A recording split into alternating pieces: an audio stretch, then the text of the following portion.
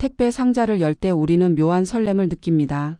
주문한 물건을 확인하는 기쁨도 있지만 그 물건을 소중하게 감싸고 있는 투명한 비닐, 우리가 흔히 뽁뽁이라고 부르는 에어캡을 만나는 즐거움도 빼놓을 수 없습니다. 물건을 꺼내고 나면 우리는 무의식적으로 그것을 손에 쥡니다. 엄지와 검지에 힘을 주면 톡하고 터지는 경쾌한 소리. 그 작은 파열음은 이상하게도 우리의 스트레스를 날려버리는 마법 같은 힘이 있습니다. 심지어 어떤 사람들은 내용물보다 이 포장재를 더 반기기도 합니다. 아무 생각 없이 하나둘 터뜨리다 보면 복잡했던 머릿속이 맑아지는 명상의 시간을 경험하게 되니까요. 그런데 혹시 아십니까? 우리가 지금 손장난감처럼 혹은 포장재로 쓰고 있는 이 물건이 사실은 당신의 거실 벽에 붙어 있을 뻔했다는 사실을 말입니다. 그것도 아주 진지하게 최첨단 인테리어 자재로 개발되었다는 충격적인 과거를 가진 이 발명품. 오늘 밤은 세상에서 가장 성공한 실패작 뽁뽁이의 기구한 운명을 따라가 보려 합니다. 시계 바늘을 1957년 미국 뉴저지로 돌려봅니다. 당시 미국은 2차 대전의 승리감에 취해 있었고 경제는 폭발적으로 성장하고 있었습니다. 사람들은 무언가 새롭고 파격적이고 미래지향적인 것에 목말라 있었습니다. 플라스틱이 세상을 바꿀 것이라는 믿음이 팽배했고 우주시대의 개막을 앞두고 기하학적인 디자인이 유행하던 시절이었습니다. 이런 분위기 속에서 두 명의 발명가가 의기투합했습니다. 알프레드 필딩과 마크 샤반이라는 이름의 두 남자는 뉴저지의 허름한 차고에서 머리를 맞대고 있었습니다. 그들의 목표는 단순하지만 원대했습니다. 세상에 없던 새로운 벽지를 만들자. 그들은 당시 유행하던 비트족의 감성과 아방가르드한 예술에서 영감을 받았습니다. 평평하고 지루한 벽지는 이제 끝났다. 입체적이고 푹신하고 만지면 질감이 느껴지는 3D 입체 벽지가 미래의 대세가 될 것이라고 확신했습니다. 그들은 차고 구석에 있던 플라스틱 샤워 커튼 2장을 꺼냈습니다. 그리고 그 사이에 공기를 주입하고 열을 가해 밀봉하는 기계를 직접 만들었습니다. 뜨거운 열기 속에서 2장의 비닐이 붙었고 그 사이에 올록볼록한 공기방울이 갇혔습니다. 이것이 바로 인류 역사상 최초의 에어캡이 탄생하는 순간이었습니다. 그들은 이 발명품을 보며 환호했습니다. 빛을 받으면 반짝거리고 손으로 누르면 푹신한 이 질감. 그들은 이것이 미국의 모든 가정집 거실과 안방을 도배하게 될 것이라 믿어 의심치 않았습니다. 이름도 아주 멋지게 지었습니다. 에어캡. 공기를 가둔 모자라는 뜻이었습니다. 하지만 시장의 반응은 냉담하다 못해 처참했습니다. 발명가들의 눈에는 최첨단 모던 아트였지만 소비자들의 눈에는 그저 기괴한 비닐 덩어리에 불과했습니다. 상상해 보십시오.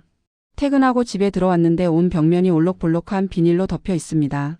청소하기도 힘들고 무엇보다 미적으로 아름답지 않았습니다. 사람들은 수군거렸습니다. 누가 저런 흉측한 비닐을 벽에 붙여놓고 산단 말인가. 야심차게 내놓은 입체 벽지는 단 한 건의 주문도 받지 못한 채 창고에 쌓여만 갔습니다. 두 발명가는 포기하지 않았습니다. 제품은 훌륭한데 용도가 틀렸을 수도 있다고 생각했습니다. 그래서 두 번째 아이디어를 냈습니다. 그렇다면 이것을 비닐하우스 단열재로 팔아보자. 공기층이 있으니 보온 효과가 뛰어날 것이라는 논리였습니다. 그들은 농장주들을 찾아다니며 이 획기적인 단열재를 홍보했습니다. 하지만 이 역시 실패했습니다. 당시 농가에서 쓰기에는 가격이 너무 비쌌고 설치하기도 번거로웠기 때문입니다. 벽지로도 실패하고 단열재로도 실패했습니다.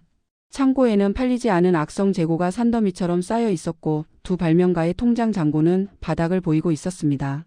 그들이 만든 기계는 훌륭하게 작동했지만 그 기계가 뱉어내는 생산품은 세상 어디에도 쓸모가 없는 예쁜 쓰레기일 뿐이었습니다. 이것은 전형적인 공급자 중심의 사고가 빚어낸 비극이었습니다. 우리가 만들었으니 너희는 좋아해야 해라는 오만이 시장의 철저한 외면을 받은 것입니다. 반전의 계기는 아주 우연한 곳에서, 그것도 땅이 아닌 하늘 위에서 찾아왔습니다. 어느 날 비행기를 타고 이동하던 발명가 중 한 명이 창밖의 구름을 바라보고 있었습니다. 비행기가 착륙할 때 덜컹거리는 충격을 구름이 감싸준다면 얼마나 좋을까 하는 엉뚱한 상상을 하던 찰나 머릿속에 번개 같은 깨달음이 스쳤습니다. 잠깐. 충격을 흡수한다고. 우리 창고에 쌓여있는 저 비닐, 그 안에 든 게 공기잖아. 공기보다 완벽한 완충제가 세상에 어디 있어. 그들은 즉시 벽지라는 정체성을 버렸습니다. 단열재라는 미련도 버렸습니다. 그리고 이 물건의 정의를 포장재로 완전히 다시 썼습니다. 마침 시대가 그들을 도왔습니다. 1959년 거대 컴퓨터 기업 IBM이 신제품 1401 시리즈를 발표했습니다. 당시 컴퓨터는 지금의 노트북과는 차원이 달랐습니다. 집채만 한 크기에 가격은 수십억 원을 호가하는 초정밀 기계였습니다. 문제는 배송이었습니다. 이 비싸고 예민한 기계를 트럭에 싣고 미국 전역으로 보내야 하는데 기존에 쓰던 신문지 뭉치나 톱밥, 헝겊 조각으로는 충격을 막을 수가 없었습니다. 배송 도중 부품이 망가져 반품되는 일이 속출했습니다. IBM의 물류 담당자들은 골머리를 앓고 있었습니다. 그때 필딩과 샤반이 그들의 앞에 나타났습니다. 그리고 자신들이 만든 벽지로 쓰려다 망한 그 올록볼록한 비닐을 내밀었습니다. 이걸로 컴퓨터를 감싸보세요. 공기가 기계를 지켜줄 겁니다. 결과는 대성공이었습니다. 수백 개의 공기 주머니가 외부의 충격을 완벽하게 흡수했습니다. 무게는 깃털처럼 가벼워서 배송비도 줄일 수 있었고 무엇보다 먼지가 날리지 않아 정밀 기기의 안성맞춤이었습니다. IBM은 즉시 대량 주문을 넣었고 창고에 쌓여있던 악성 재고는 순식간에 팔려나갔습니다. 벽지로는 빵점이었던 물건이 포장재로는 100점 만점에 100점짜리 혁신 제품으로 다시 태어난 것입니다. 이후 뽁뽁이의 운명은 완전히 바뀌었습니다. 1960년 두 발명가는 회사의 이름을 실드 에어, 즉 밀봉된 공기라고 짓고 본격적인 사업에 뛰어들었습니다. 오늘날 이 회사는 연 매출 수조 원을 올리는 포춘 500대 기업으로 성장했습니다. 재미있는 것은 뽁뽁이의 진화 과정입니다. 처음에는 단순히 물건을 보호하는 용도였지만 사람들은 곧 이 물건의 또 다른 용도를 발견했습니다. 바로 터뜨리는 재미입니다.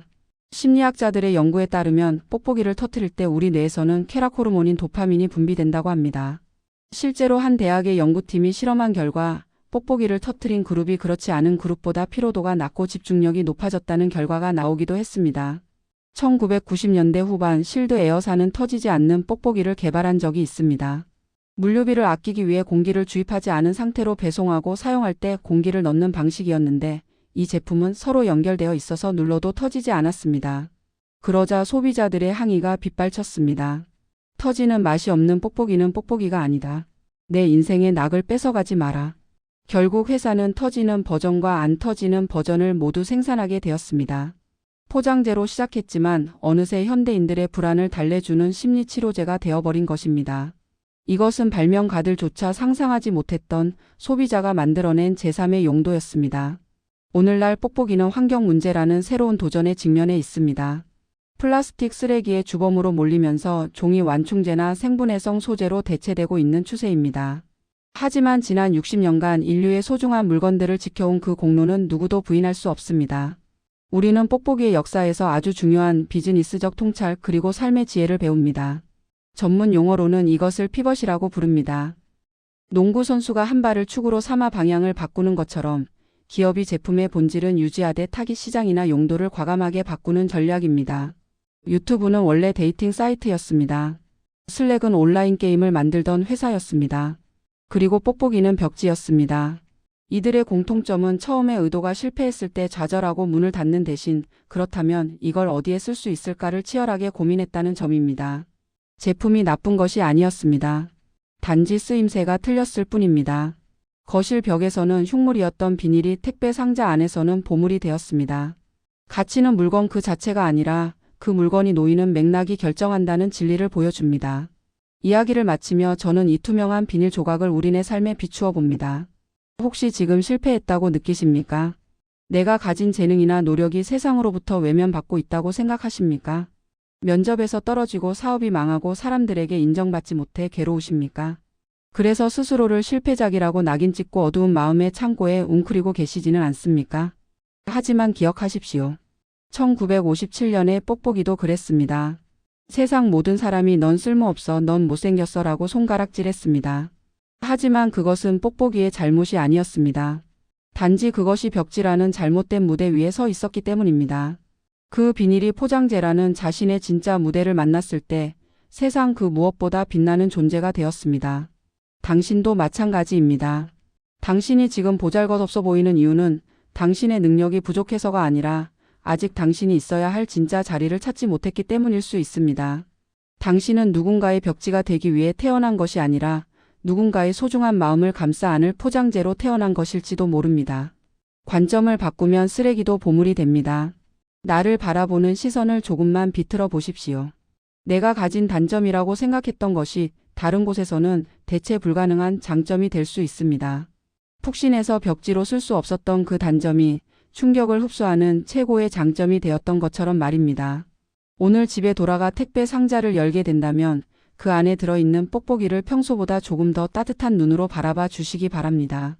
그리고 한번 터뜨려 보십시오. 톡. 그 경쾌한 소리가 당신에게 이렇게 속삭일 것입니다. 괜찮아. 너는 틀리지 않았어. 단지 아직 너의 IBM을 만나지 못했을 뿐이야. 실패를 두려워하지 말고 나만의 쓰임새를 찾아 끊임없이 방향을 바꾸는 용기. 그것이 60년 전 먼지 쌓인 차고에서 건져 올린 작지만 위대한 지혜입니다. 오늘 밤 여러분의 삶이 제자리를 찾아 환하게 빛나기를 응원합니다.